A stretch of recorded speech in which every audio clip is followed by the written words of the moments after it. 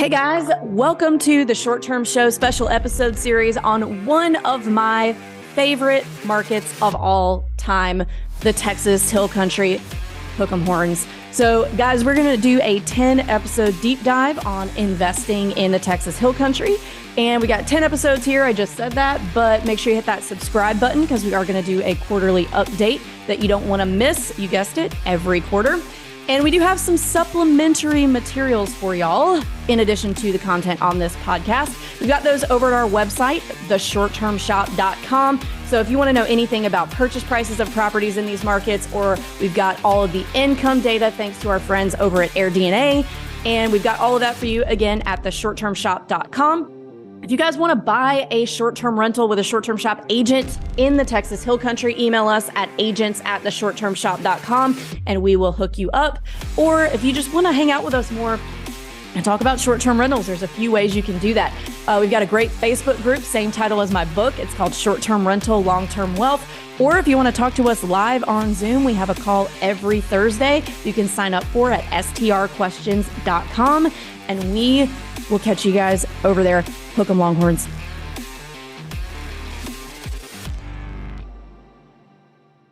Hey guys, welcome back to another episode of the Short Term Show special episode series on the Texas Hill Country, one of my favorite markets. You guys have heard me say that for about 5 episodes now, so I'm going to try to stop saying it. Anyway, today we are talking about income and income only. The next episode will be about expenses. So 2 episodes that encompass the analysis phase. But today we are talking about income, and we've got some really cool guests to help us talk about that and learn more about it. So first we have Karan Narang, who you may recognize from some short-term show episodes, but I will let him introduce himself and give his experience in this market so far. Thanks, Avery. My name is Karan Narang. I've gotten into the short-term rental business now in the last 2 years, maybe 2.5. In the last 2.5 years, we've built up our portfolio, to about it's $11 million real estate portfolio. Our expected total top line revenue for 2025 with all the properties we're putting in service, 2024 with all the properties we're putting in service is expected to be about $1.5 million next year. So that gives you an understanding of what our portfolio looks like. And my wife and myself are planning on moving into the short-term rental business full-time sometime in the next 6 to 8 months, if not sooner.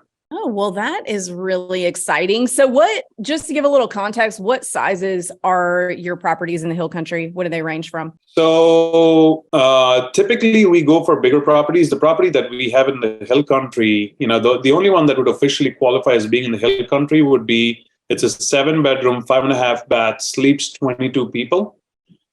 We tend to like the bigger properties. Most of our properties, doesn't matter where it is, whether it's Gulf Shores or Broken Bow or in Texas, they're all larger.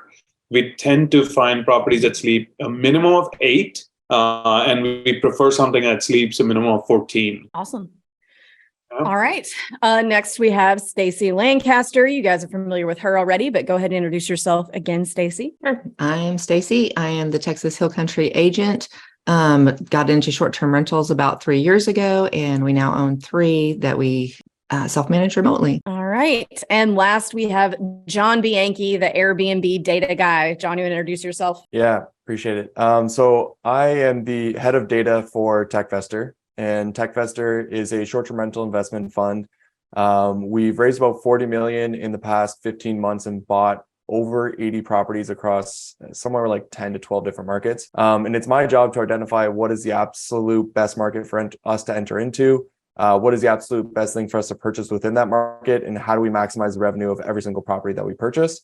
So that's what I do during the day, but I also have a Airbnb data consulting business where I help other people understand my processes to be able to do the exact same thing for themselves. And so I live and breathe Airbnb data all day, every day. However, I do want to mention that the last time I was on here, you had asked me about cash on cash. And the funny thing about this is that I live and breathe Airbnb data. However, I have not purchased my own property yet. So I'm in the process of actually figuring out, buying my own property and getting my own real estate and doing joint venture deals. I have had 15 Airbnb arbitrage and management contracts. However, I have not purchased. And so even though I know the data inside and out, I just want to kind of mention that because I think it's good for people to know. Okay, awesome. Yeah. I appreciate that. I appreciate that. All right. So, well, let's talk about what cash on cash return is first. So, guys, if you've listened to our other market episodes, this is going to be a little bit redundant, but the point is for these 10 episode series to stand alone for each of their markets. So you don't have to listen to every single market for it to make sense. So we're going to go over a few vocabulary words really quick for those of you who might not be familiar. So cash on cash return, typically the most widely used way to figure out if a short-term rental is worth buying or not. And really what that is, it's very simple, is the amount of dollars you put in to acquire the deal and fix it up versus the amount of dollars you have in your bank at the end of the year after all of your expenses. That includes your mortgage, includes your financing. There are some other things you can look at, such as cap rate and net operating income, but those do not include your mortgage or your debt service. So I like to look at cash on cash return because it includes everything. And it doesn't really leave. I feel like a lot of times when people start throwing around terms like NOI and cap rate, newer investors can get a little lost because they think that's the true net, but it's not. It does not include your debt service. So for all intents and purposes here, we are going to use cash on cash return, but wanted to set that standard really quick before we move on. So let's talk about income numbers in the Texas Hill Country. So are there any areas, or actually, John, I'll let you start with just a brief synopsis, and then we'll all have questions, based on a number of things. Yeah, this will be fun. So I'm the only one who doesn't have like actual experience in that area, but I've just looked at the revenue from a high level. So I'm going to spit out a whole bunch of things that I saw, and I'd love to hear everyone's feedback on it. So there's obviously, I like you said, Avery, at the beginning, you really like this market. This is my first time like really diving into this area, and I genuinely loved it. Like the Airbnbs themselves, the way that they look, the amount of revenue that they're making. It is a very quaint, nice market to be in, and it's very large as well. And then you also have San Antonio and Austin that are super close, driving all of that revenue. So, Fredericksburg is obviously the main core area where the most money is being made out of all of these different markets. I looked up some articles to try and understand all the different little cities that were important here, to figure out, which one should I be studying and looking into. But it was interesting to see the revenue would continually drop off as you would get into these sort of other locations. And so the most revenue without a doubt being made is in Fredericksburg. Then you got New Braunfels, I believe I'm saying that right, as being like the second largest. Yeah, New Braunfels. The second most money being made, right? Then it goes into Canyon Lake, then Wimberley, which is my favorite, Dripping Springs, then Spice Wood, and then Marble Falls, and then it sort of just kind of falls off from there. But going through all this data, my whole job is to try and find cash flowing properties. That's what I do. And so when I'm looking at these markets, I'm looking at how much revenue is being made, but then I'm also trying to see what kind of properties are for sale and how much they're going for.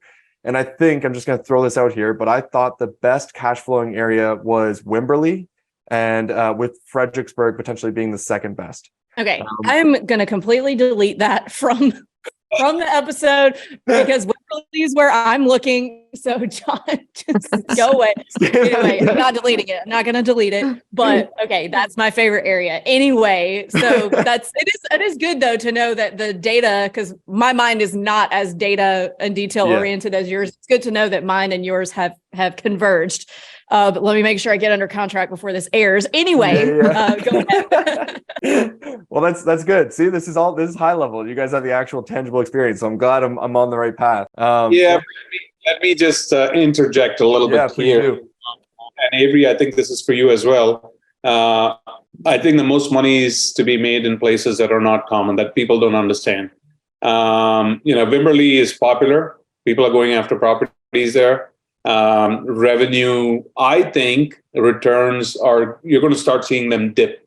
People tend to flock to these regions. New Braunfels is almost similar. For example, my property is in a little town called Jonestown. Do you guys even know that name? Okay, so we'll talk about numbers in a little bit. So to me, this is why I wanted to make sure, that morning episode we were supposed to have about what you should look for, what to buy. I think that's what it was called. I think that was a critical one because people are going after these properties that are the most obvious short-term rentals and, the most obvious things. You don't want that actually, because you want to find yourself in a position where you can make abnormally high returns versus, hey, just the regular 20% cash on cash, right?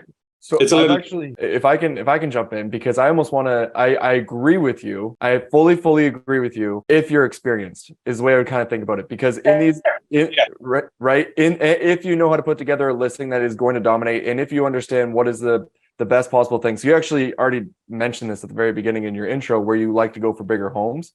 That was without a doubt the one thing that I saw within all of the markets. The larger the home, the better you're going to do. If you're focusing on weddings, the better you're going to do. If you have a pool with character and the home has a ton of character, the better you're going to do, right? So my thought, and I agree with you, is if you can find something that kind of matches up with that, that's not in one of the main areas, then you'll do well, right? But for somebody who's not as seasoned and maybe wants a little bit more of like a guarantee, then those markets I was just mentioning, I think would give somebody a little bit more security. Because there's like San Marco only had 5 listings that are doing over 100,000. Johnson City only had 4 listings that are doing over 100,000. Driftwood only had 3, and Lockhart only had 2. Right. So if you're really good, you can go into those markets and get crazy returns. But if you're not, experience can go get creative. For example, you brought up a good point. Our property is all about, we have weddings and events. People talk about that, but our numbers speak for themselves. And that all of the homes that I just mentioned that are doing over 100,000 in those smaller areas, they're all focused on weddings. They're all large homes. They all have character. They're all, you know what I mean? It's that's another reason I really like this market, is because it's very clear who the customer archetype is across the entire area. All of the homes that are at the top doing really well all look the exact same as well for the most part. There's not a bunch of different designs. So to, put together a home that people want, you already have everything laid out for you of exactly what it should look like. Yeah. And for the most part, yeah.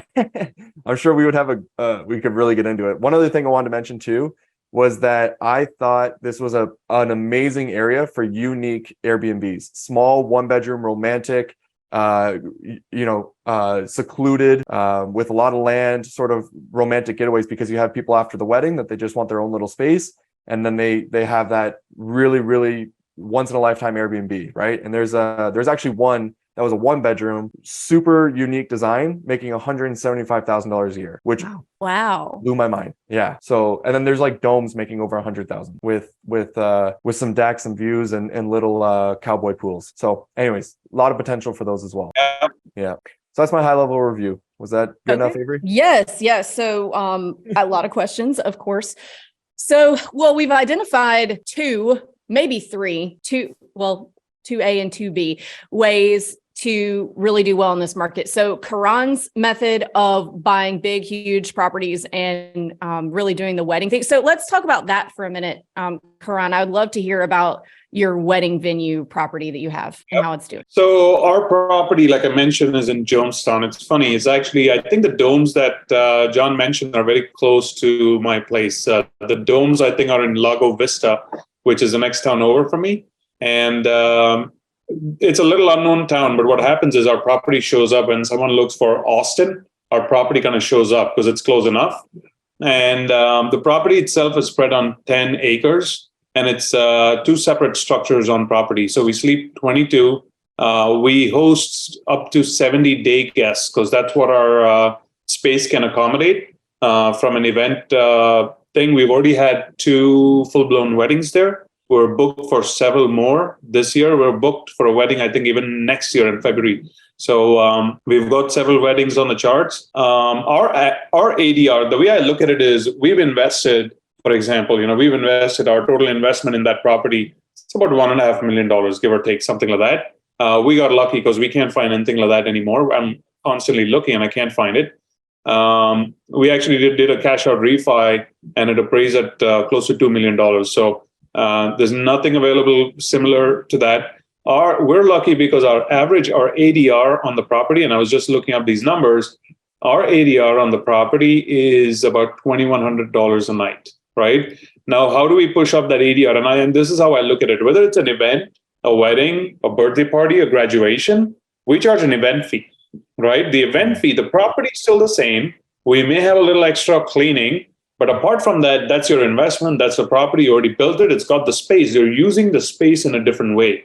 So if you charge an event fee, so a typical wedding for us, Avery, and I think this will interest you, is $12,000 to $14,000. Okay. So we charge between $12,000 and $14,000 for a weekend. You can't just have a wedding at our place. Most wedding venues that don't have accommodation let you rent between 10 a.m. and like midnight, right? For us, if you want to have a wedding at our place, you're booking out the entire place for 2 nights. So accommodation for 2 people, or for accommodation for 22 people for 2 nights, plus event space on an average 60 to 70 guests, you're probably ending up at between 12 and 14,000, somewhere in that range. Like right now for 2024, we won't book a wedding unless it's between 12 and 14,000. If there's a wedding 2 weeks from now, I'll probably let it go at 9,000, right? So but if it's 2024 wedding, it's 12 to 14,000. That's it. Now, what that does to me is that's the total revenue we generate in a weekend. That goes straight. That's my ADR, right? I mean, that money contributes to my ADR. I'm maximizing the revenue potential of exactly the same investment, the same property, versus renting it out as a nightly rental on Airbnb or whatever, right? 2 nights rental versus wedding. 2 nights rental on an average for us so far has been about 2,100, give or take, right? Or whatever the nightly rate is. If I'm able to book it out for a wedding instead, I can actually get 12,000 for the weekend versus 6,000 with a 2-night stay, right? So to me, that bumps up the ADR. It's the same investment, it's the same property. Yes, there's a little more overhead, a little more cleaning or whatever, but we also charge a bigger cleaning fee for a wedding. So for me, same property, same investment is being put to a different use compared to a normal rental, and I'm bumping up my ADR significantly. I got a question on that. So how much extra work are you doing when a wedding is being booked? Because really, once you start talking about catering to weddings, to me, that's almost 2 different businesses, right? You've got the business venue and then you've got the Airbnb. So my curiosity is like, are you just saying like, okay, now it's a wedding venue and I'm charging you 12,000, you do whatever you want with it? Or what additional work do you have to do? We don't do much additional work at all. Awesome. Because the space is the space, the stay is the stay. When someone comes and stays, they're still using the same spaces. What we've done is to increase the value and to get more weddings. We've invested in chairs and tables for 100 people, right? We have a place to store on property, and we throw that in as a freebie. Hey, here's chairs and tables for you guys to use, so you don't have to rent it from someone else. Right. We have a backdrop that we create for the weddings, which is 2 triangles, right? You've seen those triangle backdrops, because that signifies our brand, Adventure Awaits, right? 2 A's, it looks like 2 A's. We say, we'll throw in the backdrop if you want to use it. We also, in our contract, say we are allowed to use their pictures and all that stuff, but it's the same property and same space. Now, after they leave, there might be more trash. There might be more stuff going on the property, but generally it's the same. It's not like we're doing a whole lot more. And now they're free to bring their own caterers. They're free to bring their own DJ if they want to do that, but they clean up after themselves. We're not doing all that stuff for them. For the marketing on that, how are you marketing that differently? Like, so obviously you have all the chairs you set up, and like you just said, you're allowed to use their photos. Are you allowed to then post all of those photos? Do you have all those photos on your Airbnb and showing it off that it's an actual listing, or are you marketing it somewhere else? We do have some of the pictures on Airbnb. We include some because we want to highlight the property, but we also want to highlight that we can have weddings. Just so you guys know, in the last 30 days, and I just looked at this number, in the last 30 days, we have had over 42 inquiries for weddings on Airbnb. Wow. And Airbnb and VRBO. Jesus. Okay, I have a quick question. So you keep saying 2024. Are you already booked up for all of 2023 for weddings and you're now taking 2024? No, we're not, right? Oh. So we only started truly pushing the weddings. Our first wedding was, I think, in November, and we started pushing for weddings because last year, sometime in August, there's this whole area of the property that we put down turf, about 3,500 square foot of turf, because what do brides want? They want this evergreen hill country thing. If you want to discuss the property, we can certainly go through and I can walk you through what it looks like, because it's hard for people to visualize. And so we did all this work. We started marketing heavily for weddings then. Now, what you'll find if you want to get into the wedding business is people book weddings far in advance. Your weddings don't come in. Most times, the weddings don't come in within 30, 60, 90 days. People are currently booking weddings for 2024. They're actively looking for spaces for 2024. About 60% of inquiries we receive for weddings are for 2024. So we really think that property will have maximum potential from a wedding perspective, would probably grow even more compared to what we're doing right now in 2024, because if we wanted to book a lot of weddings in 2023, we should have started pushing the wedding thing in last spring, 2022 spring, because people book almost 8 months, 9 months, a year in advance for weddings. Okay, that makes perfect sense. Yeah. So Okay, so the big way one to do well on this market is the big properties where you can host weddings. Way two is okay, so hang on. Now I've got like 4 ways in my brain. So there's doing the big properties. There's doing the thing where you're going into areas that don't have a lot of high performing properties if you are an experienced manager and just beating the pants off everybody. And then there's also the small, unique stay way. Is that right? Have I missed anything? Yeah, so I missed actually something. So that was right, but there's one thing that I missed, and I noticed how like pools are a huge revenue driver in almost every single market. However, for this market specifically, almost every single top performer had a pool. And if you didn't have a pool, you had a ton of land. So like Karen, do you have a pool in any of your properties? I think so the property we're talking about actually has a pool that looks like it's an infinity pool. That's nice. Why I said it's important to walk through the property with the numbers. There's a lot of people out there who are now looking for properties in the hill country and everything. But what they don't realize, so Avery, to your point earlier, right? There's 4 different ways or 5 different ways. Now, by the way, in Texas, if you want to do well, it doesn't matter whether it's in hill country or somewhere else, you absolutely want that pool, right? Without the pool, you're not doing well. One of the things we did is we also added in pool heating, right? So we heat the pool in the winter. February was a big month for us. I can't believe it. February was unbelievable and March was unbelievable. So we're already off to a big start. So to me, pool heating is important. But more importantly, I think, when people are looking to see what do I buy in the hill country, if you go and you say, hey, I'm just going to buy this, 3-2 downtown Fredericksburg, you'll do okay, by the way, right? It'll do well. You'll do $100,000, no problem. But if you want that abnormal return, something different, you better try to find something unique. What we like to do is we like to create little destinations for people, right? So I want large acreage. I want, when I'm looking for properties, I'm looking for 3 acres plus.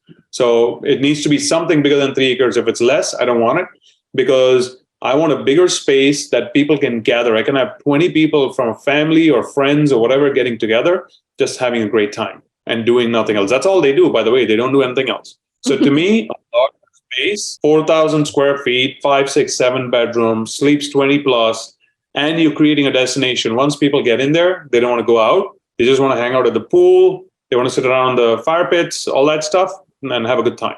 Two questions on that, if I can jump in. So everything you just mentioned is what I refer to as like the buy box for an area, right? All the different sort of criteria that you need. However, when you go and find new properties, do you try and find older, unique looking homes? Because there was a certain sort of like whiteout brick that kept showing up everywhere with like old concrete. Do you look for homes that have that specific look to them? So it has that character? No, I'm not necessarily looking to see that it needs to be a certain look or feel. I like to see the property as a whole and say, does this fit the vision that I have for what this property can be? When someone walks in here, and if I'm that guy who walks in there and pays $2,500 a night, does this feel $2,500 a night? Does this look $2,500 a night? And I'll tell you what, my property, so is nothing special. The property, we've got 2 structures. The main house, we didn't even fix it up. We've done some work in it, but it is a basic, simple home. It's nothing fancy. It's a 25-year-old home, right? The second time we tore it down to the studs and we put in a lot of money to rehab it because it was in bad shape. But the homes themselves are not like unbelievable wow kind of factor. It's the rest of it, the whole property as a whole, how you enter the gates and how you go in is a big roundabout. And then you just walk to the back of the house and you got this wow view out there. It's that all of a sudden people are like, man, this place is awesome. And they don't about it inside, they're hanging out outside. So love that. That's what I actually refer to as an inefficiency within the market. So in other words, you found a home that, maybe didn't cost an arm and a leg, but it still had all of the other requirements that you're looking for that were going to allow you to drive revenue. The other thing that I was wondering if you've ever considered is I noticed that, like I just did a search right now and there's hardly any homes that have pools. And so, let's say you did find a home that was everything that you're looking for, but didn't have a pool. It obviously would be cheaper. Do you think it would be worth it to add in the pool, even though there's, construction time and, $100,000 pool, whatever it ends up costing, to make it look as beautiful? Do you think it'd be worth that investment? 100%. This summer, and I think Avery, you know this because you were from Austin, right? You went to college in Austin, I think. Right? Yeah, I'm not from there originally, but yeah, I went to UT and I lived there for about 6 years. Yeah, so you spent 6 years here. The summers are hot. August and September, people don't want to get out. And if you don't give them a reason to get out, either the pool or something like that, they'd rather stay in the air condition, right? They don't want to go out. So instead of letting that affect your bookings, having a pool is easily an attraction. Nice. That's kind of what I was thinking. If I were to be buying in this market, I probably would be trying to find the home that had every single thing I was looking for without the pool, and then probably adding in the pool because it seemed like it would be cheaper to do that. And you have all the land to do it, so might as well. Sure. And I agree with that in pretty much any market, that a pool all the time, like I haven't found a market yet that a pool is not a huge income driver. So for me, at least at the point I am in my career now, I'd rather buy the cool property and put the pool in later. But to me, it's 1,000% worth it. I've never seen a time that a pool wasn't worth it. And the pool heater, actually. So TechVestor puts a pool heater into every single home that we buy, no matter what. Doesn't matter what market it's in, no matter what, we put a pool heater in. And that was actually a huge mistake that I made going into Scottsdale when I was doing arbitrage. I went into Scottsdale, got 2 properties, thought I had all the requirements that I needed, but both of those properties didn't have pool heaters. And because of that, it was almost impossible to get booked over everybody else because it's a very competitive market and everyone has a pool heater. So pool heaters are the best revenue driver. Yeah, we actually put in a pool heater in our property, and we charge $400 to heat the pool for 3 days. And people pay all the time. We'll heat the pool if you want it. Yeah. Got to have the pool heater if you're going to have the pool. Big time. And I always tell people in the Texas Hill Country, if you buy a property that does not have a pool, it's going to rent just fine, but you're definitely going to be able to charge a premium if you have a pool, and it will boost your occupancy. But mostly that ADR is going to go way up. I emphasize the pool probably a little bit too much. Obviously, you'd make more if you had a pool, but you definitely can still do it without the pool. You just have to know pay attention to what the other people are doing that are doing well without a pool and try and replicate them as much as you possibly can. Like Avery always says, the enemy method. Yes. It's the best method. Okay. All right. So now that we've kind of talked about the bigger ones, the pool, let's talk about the areas and the incomes there. So you had a little list, John. I took some notes. So Fredericksburg, then New Braunfels, and Canyon Lake, then Wimberley, then Dripping Springs, Spicewood, and Marble Falls. So I noticed that almost kind of sort of goes from south to north in terms of what makes the most money. Do you want to speak to any of that? Yeah, it's interesting for me because I don't know all these locations intimately, right? And so I'm really just looking at it from a high level. So even when you say it goes from south to north, I can't visually picture where every single one of these places are. I tried to do it as best I can. But to me, this is just telling me that there's obviously something within each of these areas that's driving a lot of revenue. And so I know Fredericksburg for sure. That's one I do know. Canyon Lake is obvious because it has a lake around it. Wimberley was kind of perfectly between Austin and San Antonio. But the way that I always think about this is I love markets where there's a ton of money being made across a lot of properties. I always talk about this. I love going into really competitive markets because the reason I like it is because there's so much demand. People are willing to pay so much money for an Airbnb in that specific area because it's so rare, so desirable, whatever it may be. And I know how to put together an amazing listing.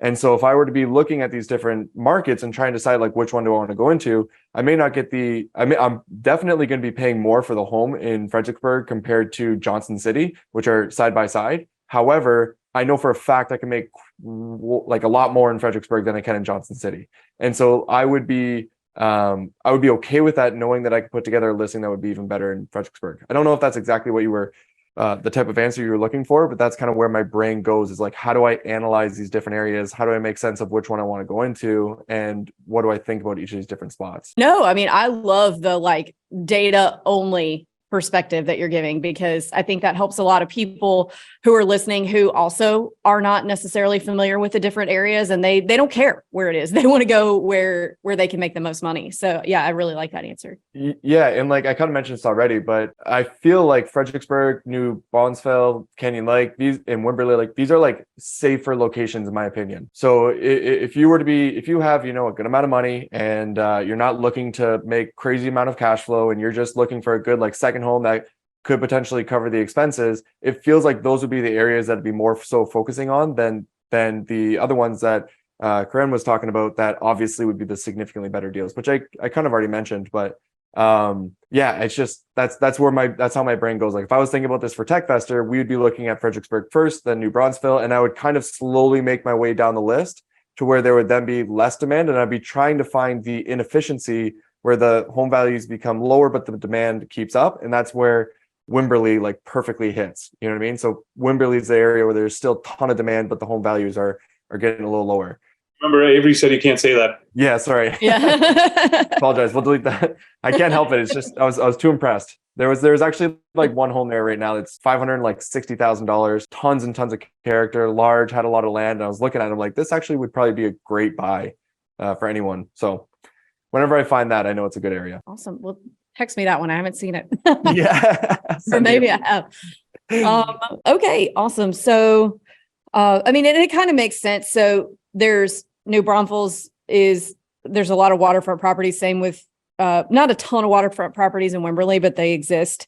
So what do you guys think in terms of views versus like hill country views versus river or lake views? And does it matter? So whenever there was a river in any of the areas, all the top properties seemed to be on the river. It would be about 90% of them were on the river. As for views, it's called the hill country, but there were barely any hill views, in my opinion, when I was going through all these different listings. So it seemed like the riverfront views and the lake views were definitely a larger revenue driver in comparison to anything else. If we're comparing those three, but that's just my overview. What are your guys' opinions? I was going to basically, yes, if you have a river, if you're on a river or have a river view, obviously you're going to be able to demand a higher revenue because those are higher in demand. But even things that are not on a river will still rent. It's just the ADR is going to be a little bit lower. There's not a ton of properties with views in the Texas Hill Country. So when they do come available, I sent everyone last week that had the best views I had seen in the Hill Country because it's just not that common.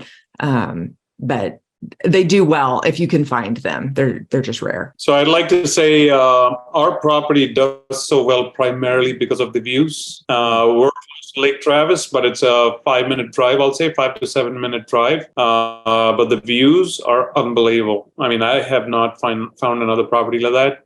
And that's the number one reason people rent our place. People use it as a backdrop for the weddings. And again, if you're interested in looking, John, you can go to AA Stays, www.aa as in adventure awaits, AA Stays, stays.com, and you'll see it there. Yeah, we'll definitely be talking after this. I have a ton of questions I want to go and ask you. But the one thing I did notice, and Stacey, you've said this twice now, where it's like even if you don't have a pool, it'll still get rented. Even if it doesn't have views, it'll still get rented.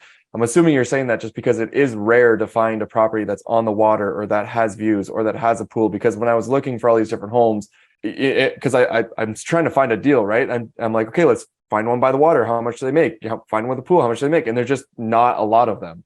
Yeah. And so you know, but there's a lot of land for sale that's along the waters, right? So like, I'm curious if building is something that people should be considering out there. Sure, maybe that's another podcast, but just throwing that out there. My only hang up with building, and I'm dealing with this with trying to build like a house that we're going to live in that's on potential water, which is not happening, by the way, is that you run into things with wetlands and the actual allowable buildable area of a lot when it's on the water, depending on how big it is. You know, if you're buying 30 acres, it doesn't matter. So I think there may be some red tape to get through in that. And I also, when it comes to short-term rentals, I'm always would rather just buy something that's existing and not start from the ground up, even if I have to do a big rehab so I can start making money faster. But I'll let Stacey speak to that. Yeah, it really comes down to time to market. You know, how building is going to take a lot longer. And, you know, there's always unknowns when you get into building with delays that you might face and things like that. But yeah, I think there's a huge opportunity to do that if you have the patience and can wait before you start making that revenue. Agreed. I mean, that's always the hang up with that, unfortunately. Even with TechFester, Yeah. we don't buy anything that needs a lot of work. We're pretty much, from the time we buy it to the time it's up and running, it's 3 months, sort of like maximum. Yeah, we want that cash flow. Yeah, but I'll also caution you guys a little bit, right?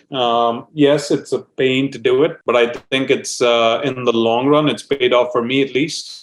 I bought that property of mine at 1.225, put in about 250 to 260 into the property to rehab the entire property. It took me a long time. It was a pain, right? It was painful, but when I did the cash out refi, it valued at close to $2 million. I pretty much got my original investment out of the deal. So my cash on cash return is technically through the roof right now. And I'm able to redeploy some of that money elsewhere, right? So there's a lot of opportunity there, at least in the Texas market, because there are properties that are unique and nice and, that are just not in a great shape. And as long as you have the right team in place, the reason why it was a pain for me when I first started this is I didn't have the right team in place. I didn't have the right contractors to work with. But now I have the right team. Now I'm open to it. I love adding square footage to the property. It instantly improves the value of the property so much. And I really enjoy that. Of course, only in markets where I have a good team that I know I can reach out and say, hey, I need you guys in there next week and I need this done in 6 weeks, right? And they're able to work on that for me. But they need to jump if and when I find that property. But luckily in some markets, I have that. Awesome. Yeah. Yeah. And I think that definitely works if you know you want to be in a certain area and this is where you want to own and this is what I'm going to do. And you're right. You can add a lot of value that way. It can be cheaper and depending on the market. I just don't want somebody to message me and be like, you're wrong about this. It can be cheaper depending on the market to do a build than to buy something existing. So, it comes down to what I always say is it depends on the deal. There's no way that works every time, all the time, that is the right and only way. This actually might be a great time to transition into unique, small, romantic places, right? Okay, let's do that. Yeah, because if there's a lot of land for sale, and let's say you put up like a dome or something along those lines, you're not necessarily building, right? You're just kind of putting like a platform for the dome or tent or yurt to be on. But it seems like this is such a great market to create those unique experiences and unique romantic stays, because for 2 reasons. One being obviously the wedding, and it gives a place for the bride and groom to be able to go after the wedding. That's sort of their own. But then at the same time, Austin is only a 2-hour drive away for most of this, and so is San Antonio. But couples love to just be able to get away for the weekend, spend a little time together, very remote, secluded, whatever it may be, and then head back, right?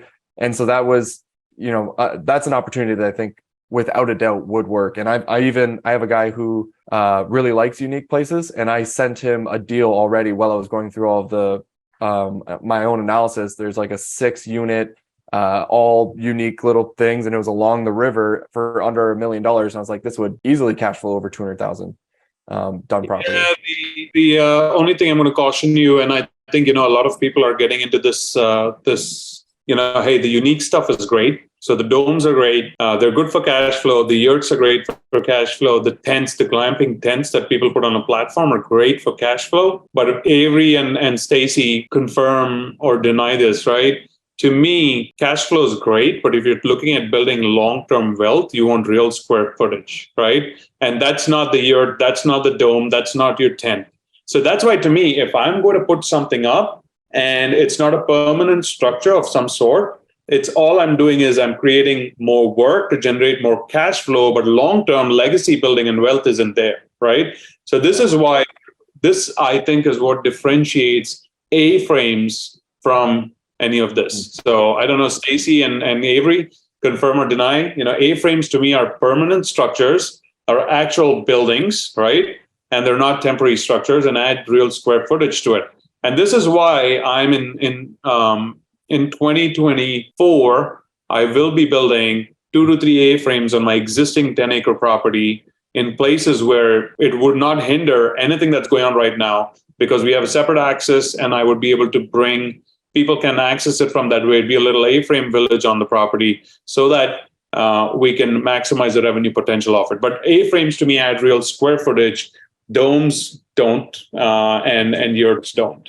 Yeah, that's a really, really good point. And here's my take on it is, yes, those things can be great for cash flow. So maybe if you're just starting and you don't have the resources to be able to get a loan to build, things like that, that can be a great way to go. Because I mean, they're honestly, some of them are not that much cheaper. I've seen some of those tents be like 70 grand where like you could just put that down on a house.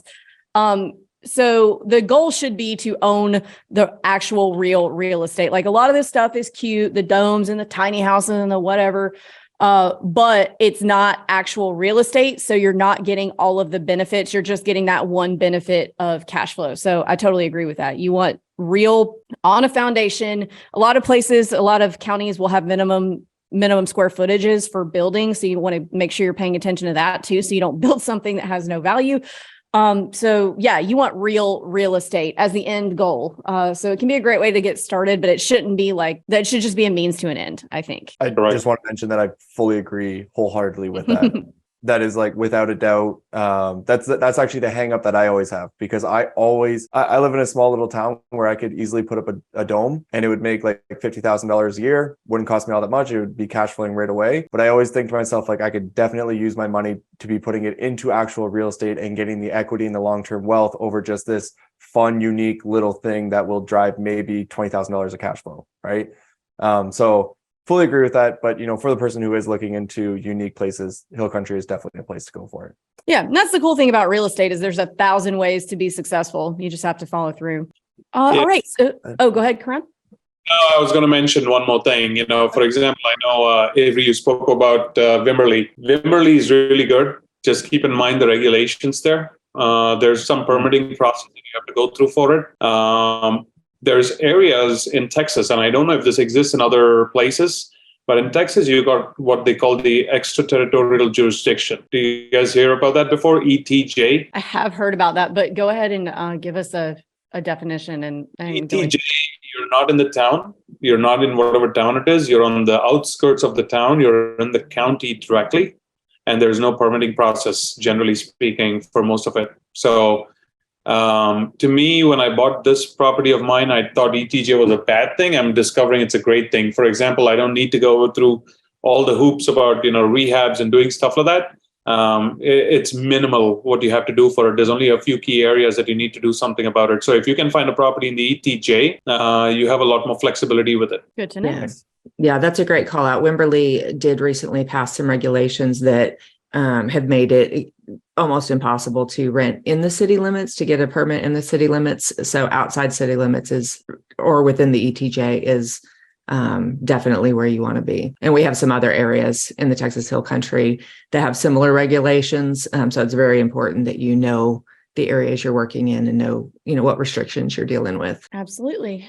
And are there any other points or anything else anybody wants to hit on about about best places to buy in terms of income, types of properties, anything like that, in terms of revenue that we have not mentioned yet? One thing I didn't mention yet is I did look at the seasonality of these markets, and it's weekend heavy, like heavy, meaning, it seems like you can get rented out almost every single weekend throughout the entire year, which to me is great because that's where you make the vast majority of your money in the first place. And a lot of other places, you don't get weekends booked out even in the slow season, but it seemed like here you could still get weekends booked out.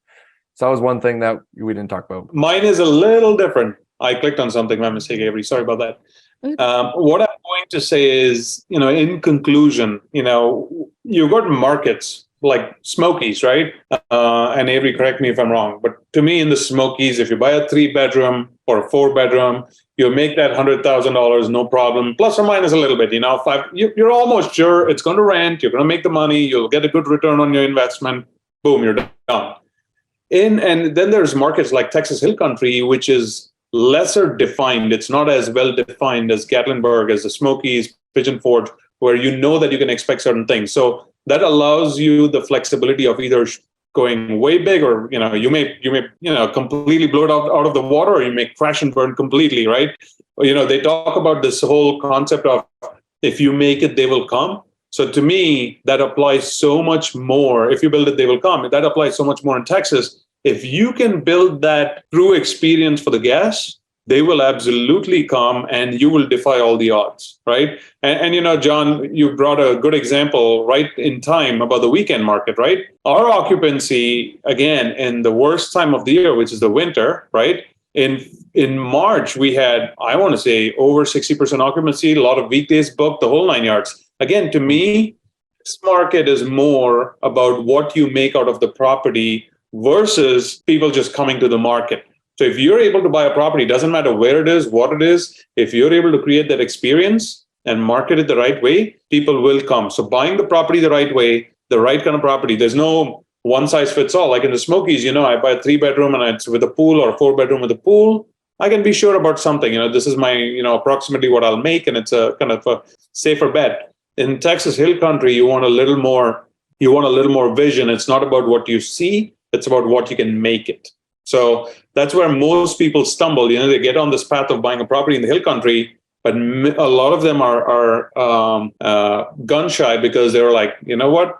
I don't see it. I don't feel it, because there's not one size fits all. It's not like every property looks similar or is the same kind, same characteristics. Every property is different, unique. So it's going to be more about what you make out of it versus what it is. And I want to add to that, because you know the market really well. So you've figured out how to do this and you've done it over and over again already, right?